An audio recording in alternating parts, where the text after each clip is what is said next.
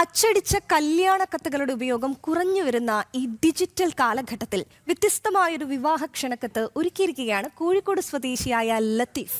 1970 കാലഘട്ടങ്ങളിലെ state മാതൃകയിലാണ് മകന്റെ വിവാഹത്തിനായി ക്ഷണക്കത്ത് ഒരുക്കിയത്. പുതുമയും പാരമ്പര്യവും ഒരുമിപ്പിച്ച വ്യത്യസ്തമായ ആശയം ഇതിനോടകം തന്നെ ശ്രദ്ധ നേടിക്കഴിഞ്ഞു.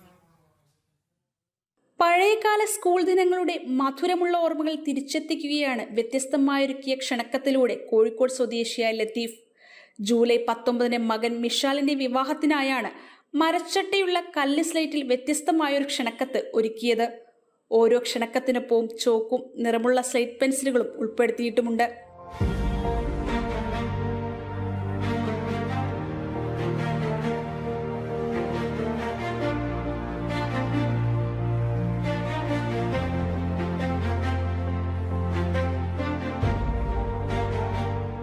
രാജസ്ഥാനിൽ പ്രത്യേകം നിർമ്മിച്ച സ്ലേറ്റുകളിൽ പ്രത്യേകം മഷി ഉപയോഗിച്ചാണ് വിവാഹ വിവരങ്ങൾ അച്ചടിച്ചിരിക്കുന്നത്.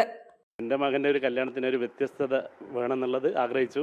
അപ്പോൾ അതുമായിട്ട് ബന്ധപ്പെട്ട് അന്വേഷിച്ചപ്പോഴാണ് ഈ ഒരു സ്ലേറ്റിൻ്റെക്ക് എത്തിപ്പെട്ടത്. പല സ്റ്റേറ്റിലും അന്വേഷിച്ചപ്പോൾ രാജസ്ഥാനിൽ ഇത് ഉണ്ടാക്കി തരുന്ന ആളുകളുണ്ടെന്ന് പറഞ്ഞു. അങ്ങനെ ഞാൻ അവിടെ പോയി അവിടെ കണ്ടു. അപ്പോൾ നമ്മൾ ഉദ്ദേശിച്ച അതേ സാധനം തന്നെ അവിടെ കിട്ടി.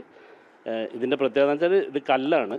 അവിടെ ശരിക്കും മല കട്ട് ചെയ്തിട്ടാണ് അവരിത് പീസാക്കിയിട്ട് മരത്തിൻ്റെ ചട്ടയൊക്കെ വെച്ചിട്ട് അടിച്ചു തരുന്നത്. നല്ലൊരു വർക്ക് ചെയ്തിട്ടാണ് ഒരു സ്ലേറ്റ് അവർ ഉണ്ടാക്കുന്നത്.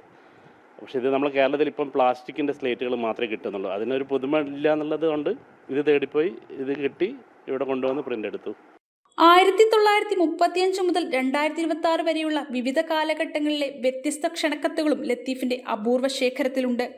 ഈ നേട്ടത്തിന് ഗിന്നസ് വേൾഡ് റെക്കോർഡും ലഭിച്ചിട്ടുണ്ട്.